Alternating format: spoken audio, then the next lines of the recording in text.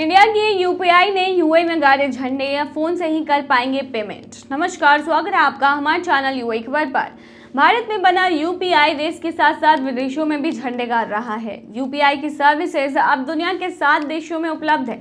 इस कड़ी में हालिया देश जिसने यूपीआई सर्विसेज को लागू किया है वो है संयुक्त अरब अमीरात। इससे पहले Bhutan, France, Mauritius, Singapore, Nepal और श्रीलंका इसे अपना चुका है। अब भारतवासी फोन से ही इन देशों में पेमेंट कर सकते हैं। उन्हें क्रेडिट कार्ड या फिर कैश साथ ले जाने की जरूरत नहीं है। दुबई में भारत के महावाणिज्य दूत सतीश कुमार सिवन ने कहा है कि यूपीआई इंटीग्रेशन की बदौलत भारतीय क्रेडिट कार्ड या कैश की आवश्यकता के बिना केवल एक मोबाइल फोन के साथ दुबई की यात्रा कर सकते हैं। उन्होंने दुबई में आयोजित एक कार्यक्रम में कहा कि यूनिफाइड पेमेंट इंटरफेस यानी कि यूपीआई भारत के real time account to account transfer system है।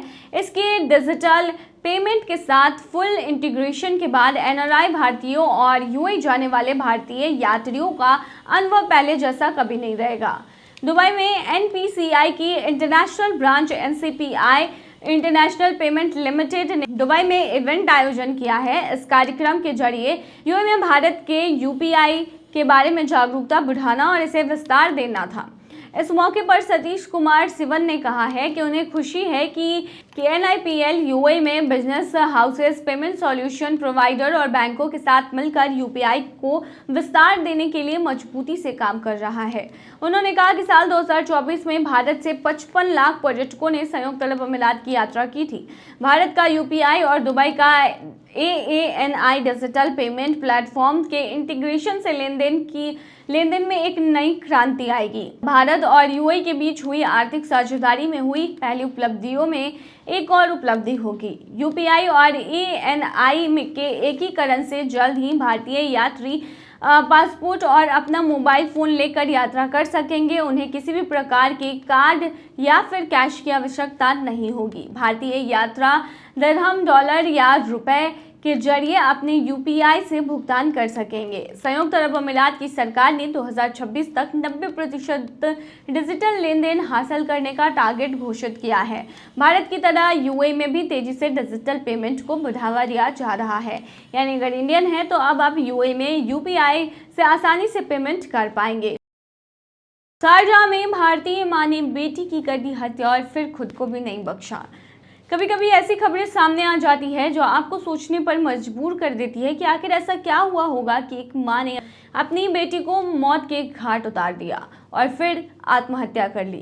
संयुक्त अरब अमीरात के शारजाह शहर में एक बेहद दर्दनाक खबर सामने आई है जिसने हर किसी को हिला कर रख दिया है।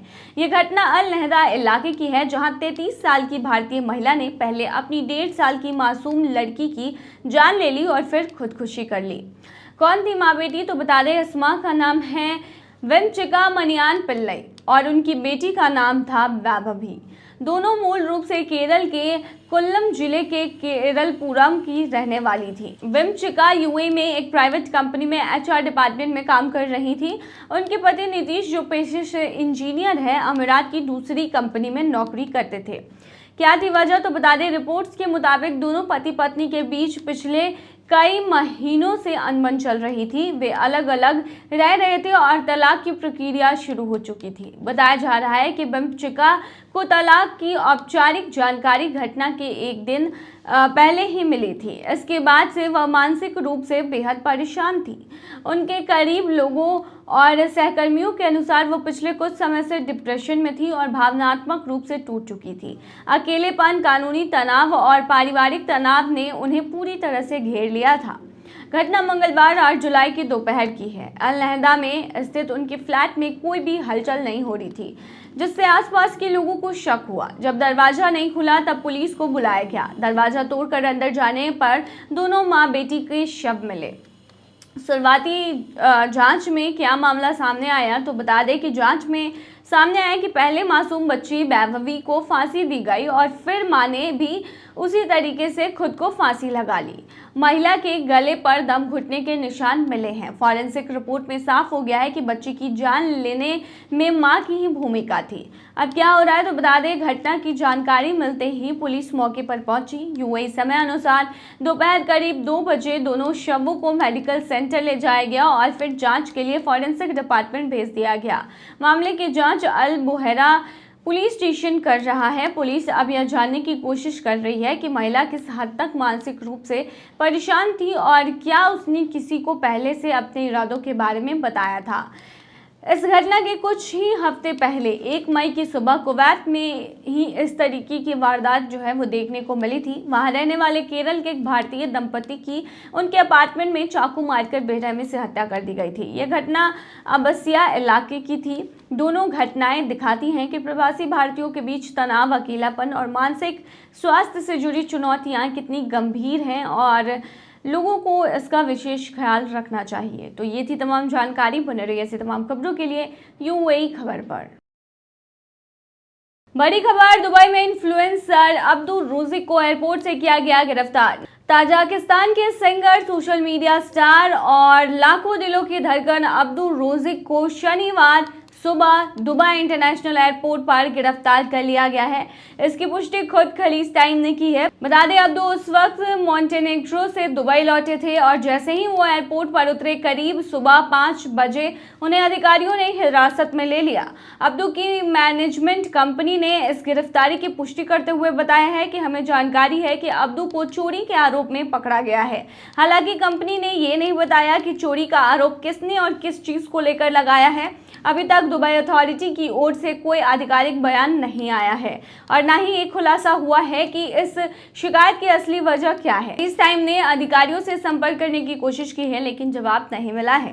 अब्दुल रोजिक सिर्फ 21 साल के हैं लेकिन आज वो यूएई और इंडिया में एक बड़ा नाम बन चुके हैं। वो एक rare health condition growth hormones की कमी के कारण सिर्फ 3 फीट से थोड़े ज्यादा लंबे हैं, लेकिन उनके टैलेंट और कॉन्फिडेंस ने उन्हें लाखों लोगों का चहेता बना दिया है।